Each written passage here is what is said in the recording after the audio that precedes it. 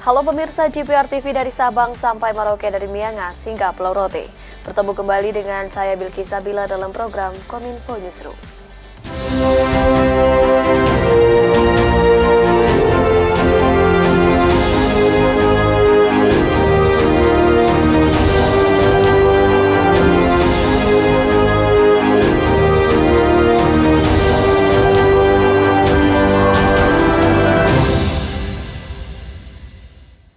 Ya pemirsa, beragam informasi telah kami siapkan untuk menemani Anda dan inilah Kominfo Newsroom selengkapnya.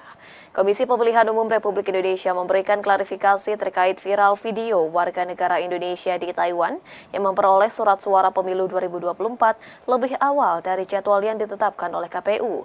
Ketua KPU Hashim Asyari mengatakan bahwa peristiwa tersebut benar adanya usai menghubungi Panitia Pemilihan Luar Negeri atau PPLN Taipei.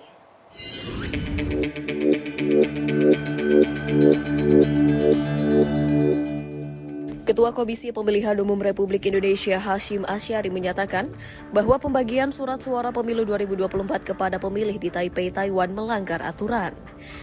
Adapun total PPLN di Taipei yang telah mengirim masing-masing 31.276 surat suara untuk pemilihan DPR dan calon presiden dan wakil presiden. Lalu masih ada 143.869 surat suara untuk masing-masing pemilihan DPR dan capres-cawapres. KPU sendiri baru mengklarifikasi ke PPLN di Taipei terkait dengan kesalahan ini setelah viral di media sosial terkait dengan video pemilih di Taiwan yang mengaku sudah menerima surat suara. Oleh sebab itu, Hashim mengungkapkan KPU telah mengambil tindakan atas kesalahan tersebut.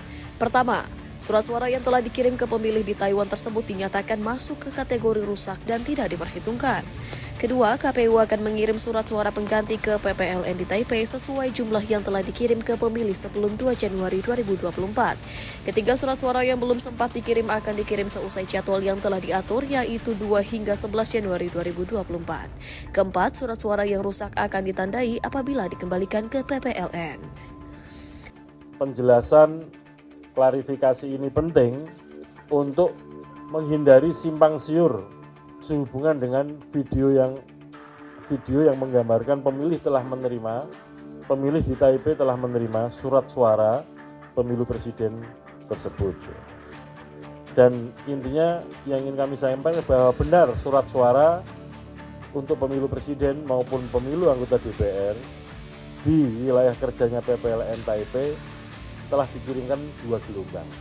Nah, itulah yang kemudian nanti kita nyatakan rusak dan akan kita ganti. Surat suara penggantinya akan diberikan kode khusus atau tanda khusus. Demikian juga surat suara yang belum dikirimkan juga akan kita berikan tanda atau kode khusus untuk membedakan dengan surat suara yang sudah terkirimkan lebih awal di luar jadwal yang telah ditentukan.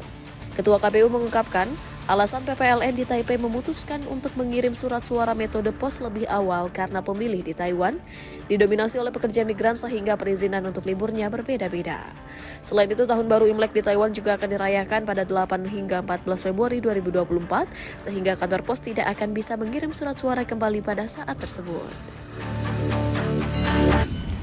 Ketua Komisi Pemilihan Umum Hashim Asyari akan mengubah metode pemilihan umum 2024 yang sebelumnya menggunakan kotak suara keliling menjadi surat suara via pos bagi sebagian warga negara Indonesia di Makau dan Hong Kong. Perubahan ini dilakukan sebagai dampak dari pembatasan aktivitas politik di kedua wilayah tersebut yang diberlakukan oleh pemerintah setempat. Komisi Pemilihan Umum akan mengubah metode pemungutan suara pemilu 2024 untuk wilayah Hong Kong dan Makau karena adanya larangan kegiatan politik terbaru di pemerintahan China. Berkenaan dengan hal tersebut, Ketua KPU Hashim Asyari telah melakukan koordinasi dengan Panitia Pemilihan Luar Negeri di Hong Kong dan memutuskan untuk diubah menjadi surat suara via pos bukan lagi melalui kotak suara keliling seperti pada tahun-tahun sebelumnya.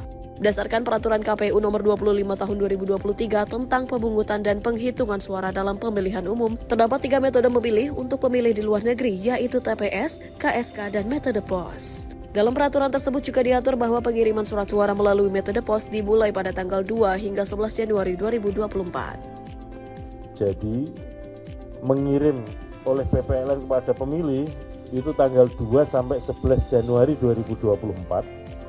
Kemudian pemilih mengirim balik surat suara yang sudah dicoblos ya kepada PPLN itu sejak surat suara tersebut diterima, misalkan diterima dan kemudian langsung kirim balik, itu sudah bisa, dan paling lambat adalah 15 Februari 2024 sebelum penghitungan suara selesai.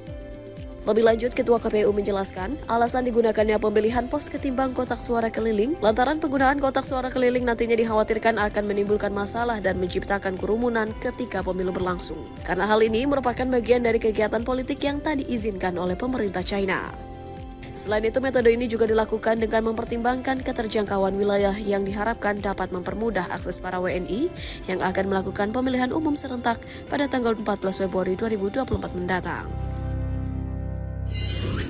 Pemilihan umum 2024 akan digelar serentak pada 14 Februari 2024. KPU telah menyiapkan 5 jenis surat suara yang dibedakan melalui warna untuk dicoblos bagi para pemilih. Apa saja perbedaannya? Berikut informasi selengkapnya untuk Anda. 14 Februari 2024 mendatang, Indonesia menjadi saksi pesta demokrasi serentak dalam penyelenggaraan pemilihan umum. Pada pemilihan umum 2024, Komisi Pemilihan Umum telah merilis 5 jenis surat suara yang akan digunakan masyarakat yang punya hak memilih atau pemilih. Surat suara sendiri merupakan salah satu jenis perlengkapan pemungutan suara yang digunakan dalam pemilu untuk memilih presiden, wakil presiden, hingga caleg DPR DPD Republik Indonesia. Surat suara ini berbentuk lembaran kertas dengan desain khusus yang memungkinkan pemilih untuk memberikan suara mereka. Dikutip dari laman Indonesia Baik, ketentuan mengenai surat suara pemilu telah dijelaskan dalam rancangan peraturan Komisi Pemilihan Umum terkait dengan pemungutan suara, dukungan peralatan, dan perangkat pemungutan suara lainnya pada pemilu. Di tahun 2024, surat suara yang digunakan nanti sama dengan yang digunakan pada pemilu 2019, sesuai kesepakatan pada pertemuan di Komisi 2 DPR. Dan berikut jenis surat suara dan fungsinya. Pertama, surat suara abu-abu.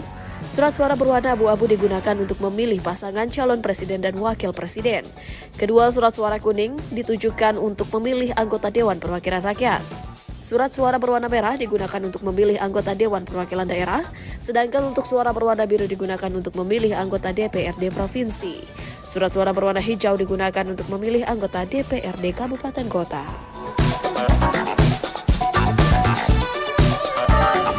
Pemirsa, tetaplah bersama kami karena usai jeda kami akan kembali dengan informasi lainnya.